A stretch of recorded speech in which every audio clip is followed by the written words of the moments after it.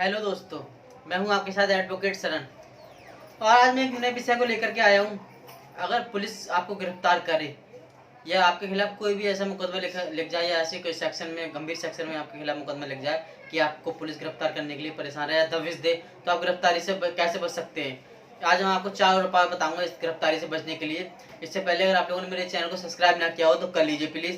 तो मैं बात करता हूँ कि मान लीजिए आपने कोई गंभीर अपराध किया है या नहीं भी किया है, आपके खिलाफ कोई भी मुकदमा पंजीकृत हुआ है और वो गंभीर धाराओं में है। मान लीजिए पुलिस आपको दबिश देने के लिए बहुत ही उसको या वो दबिश दे रही है, पकड़ने के लिए गिरफ्तारी कर रही है या टीम बनाकर गिरफ्तारी कर रही है, तो आप किस तरीके से पुलिस की गिरफ्तारी से आप बच सकते हैं। तो मुकदमा अगर पंजीकृत है और ऐसी गंभीर धाराओं में कि आप जाके पुलिस से अपनी बात भी नहीं कह सकते, अगर आपके अपनी बात जाके कहेंगे जाकर के मान लीजिए, तो पुलिस आपको जेल भेजती है पकड़ के, ठीक है। या कुछ गंभीर ऐसे अपराध होते हैं कोई किसी के पैरवी भी नहीं जा सकता।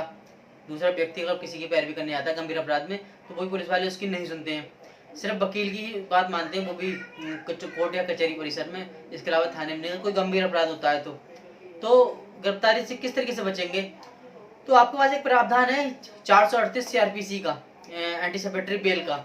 आप कचहरी पे वकील के थ्रू जाकर के एक बेल डालेंगे एंटीसिपेटरी 438 सीआरपीसी में, उसमें आपको छूट मिल जाएगी कि जब इससे पुलिस आपको गिरफ्तार नहीं करेगी, और बेल के लिए आपको पक्की जमानत के लिए आपको मौका मिल जाएगा। इस जब मौका आपको मिल जाएगा तब आप जाकर के थाने में या पुलिस से या विवेचना अधिकारी से आप अपनी बात कह सकते हैं कि अगर आपके खिलाफ कोई भी पंजीकृत हुआ है मुकदमा, मान लीजिए उसमें आप वांछित नहीं है या आपने कोई कृत्य नहीं किया है और मुकदमा आपके खिलाफ लग गया है, आप उसमें है भी नहीं, आपने वो क्राइम भी नहीं किया है, तो आप पुलिस को अपनी बात जाकर के समझा सकते हैं, अपनी बात रख सकते हैं। उस समय पुलिस आपको गिरफ्तार नहीं करेगी। 438 सीआरपीसी में एंटीसिपेटरी बिल में आपको छूट मिल जाएगी, तो उसमें आप पुलिस को अपनी बात बता सकते हैं। आप उसको जो जांच कर रही है, विवेचना कर रही है, उसमें आप उसको साथ दे सकते हैं। उसको बताएंगे कि अब इस तरीके से जांच करिए, मेरा नाम है ही नहीं, आप इससे पूछिए, या आप विटनेस देंगे, गवाह देंगे, कुछ सबूत देंगे पक्का।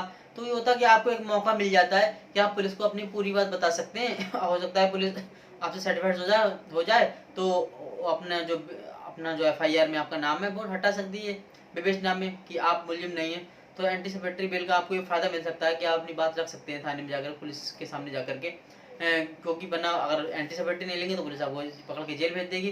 दूसरा मामला ये होता है कि आपको 72 सीआरपीसी में ये प्रावधान है कि आप बेल से, मतलब आप गिरफ्तारी, पुलिस आपको गिरफ्तार नहीं करेगी, आप वहाँ भी बच सकते हैं। होता क्या है कि मान लीजिए आपके खिलाफ कोई गिरफ्तारी का वारंट इशू हुआ, पहले आपके खिलाफ बेलेबल जो वारंट होता है या सम्मन कह सकते हैं, वो इशू हुआ, और जब आप नहीं पकड़े गए, आप नहीं हाजिर हुए या आपको जानकारी नहीं मिली, तो हो सकता है सम्मन के बाद में बेलेबल जो होता है ना, नॉन बेलेबल वारंट, वो इशू हो जाता है। वो 72 सीआरपीसी का प्रावधान होता है कि उसमें आप कोर्ट को बता सकते हैं कि आप पहले जब कोर्ट में जो सम्मन हुआ था तो आपको नहीं प्राप्त हुआ या किस कारण से, आप वहाँ अपना सबूत पेश कर सकते हैं कि मैं साहब जब आप सम्मन पहले हुआ था मुझे जानकारी नहीं मिल पाई, या मैं यहाँ नहीं था, या मुझे मिल नहीं पाया, तो नॉन बेलेबल वारंट मेरे खिलाफ इशू हुआ था। तो 72 सीआरपीसी में आप प्रार्थना पत्र के जरिए कोर्ट को बता सकते हैं कि साहब मैं नहीं आ पाया था, अब मैं आ गया हूँ और मेरा जो नॉन बेलेबल वारंट है वो खारिज किया जाए। तो वो उसमें 72 सीआरपीसी में कोर्ट को एक अधिकार होता है कि वो आपको जो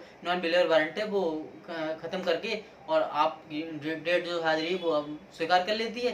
तो इससे आप गिरफ्तारी से बच सकते हैं कि मान लीजिए, क्योंकि जब नॉन बेलेबल वारंट होता है तो उसमें पुलिस गिरफ्तार करती है, तभी से देती है पकड़ने के लिए।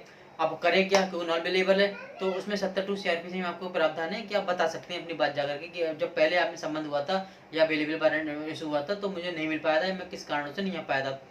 तीसरा मामला 482 सीआरपीसी का है कि उस एफआईआर के खिलाफ आप हाई कोर्ट जा सकते हैं, लेकिन जो एफआईआर आपके खिलाफ हुई है अगर वो झूठी है तो आप अपना जो पक्ष है वो कोर्ट में जाकर रख सकते हैं, हाई कोर्ट में सबूत के साथ में एक गवाही पेश कर सकते हैं कि साहब मैंने कृत्य नहीं किया, ये एफआईआर मेरे खिलाफ झूठी है और कृपया इस एफआईआर को किस किया जाए, खत्म किया जाए। तीसरा मामला ये हुआ। चौथा मामला होता है कि 397 सीआरपीसी में भी आपको ये अधिकार दिया गया है कि आप कोर्ट के सामने एक रिवीजन कर सकते हैं। मान लीजिए सेशन से अगर आपको गिरफ्तारी वारंट हुआ है या किस तरीके से